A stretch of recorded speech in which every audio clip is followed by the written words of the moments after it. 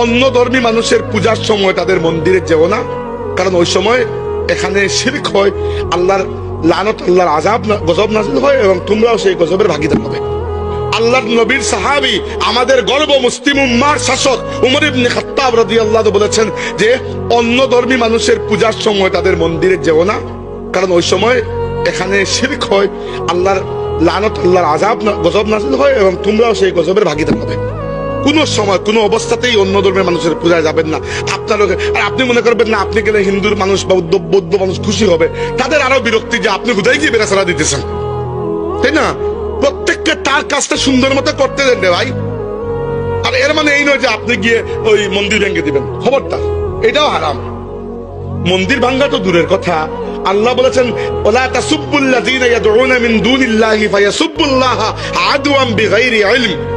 অন্য ধর্মের মানুষ আল্লাহ ছাড়া অন্য যে দেবদেবীর পূজা করে এদেরকে তোমরা গালি দিও না, কারণ পরে তারা আল্লাহকে গালি দিবে কিনা। তো তুমি আল্লাহকে গালি দেওয়ানোর কারণ কেন হচ্ছে?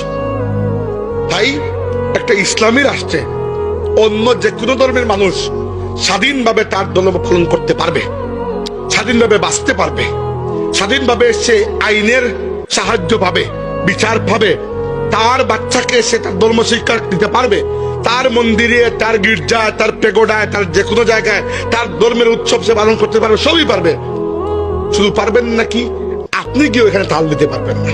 হ্যাঁ, রাষ্ট্রের যদি নিরাপত্তা দিতে হয়, রাষ্ট্রের পুলিশ আছে না, তো আপনি কি পুলিশ নাকি? আপনি এখানে যাচ্ছেন কি জন্য?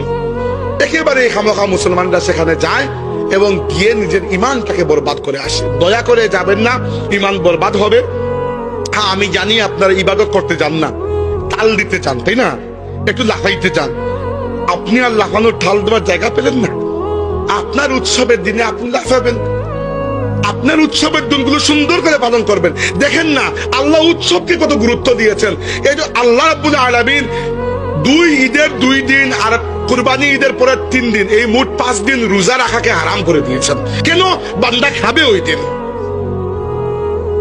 এবং হাদিসে এসেছে যে কুরবানি ঈদের দিন এবং পরবর্তী যে 3 দিন আইয়াম তাকবীর যেগুলো, তাশরিক যেগুলোকে বলি, ওই দিনে আল্লাহ সবচেয়ে প্রিয় কাজ হচ্ছে, আল্লাহ যেটা পছন্দ করেন যে বান্দা খাবে এবং আল্লাহর বড়ত্ব বয়ান করবে। আমরা খাই এবং তাকবীর পড়ে, প্রত্যেক নামাজের পরে তাকবীর পড়ি, কিন্তু এইটাও আল্লাহর ইচ্ছা, আল্লাহর চাওয়া। তো আপনাকে উৎসব পালন করতে আল্লাহ সুযোগ তো দিয়েছেন, বরং আরো উৎসাহ দিয়েছেন। তো আপনি কেন, আপনি তো বেহায়া কেন অন্যের উৎসবে কেন যাবেন? কখনো অন্য ধর্মের মানুষকে আসতে দেখেছেন যে ভাই চলো তোমার সাথে মিলে আজকে কুরবানি দিই? দেখেছেন? ভাই চলো আজকে সবাই একসাথে রোজা রাখি? দেখেন তো নাই। তো আপনার কি গরজ? দয়া করে এগুলোতে যাবেন না। এগুলোতে গেলে আপনার ইমান বরবাদ হবে, ইমানের নূর কমবে।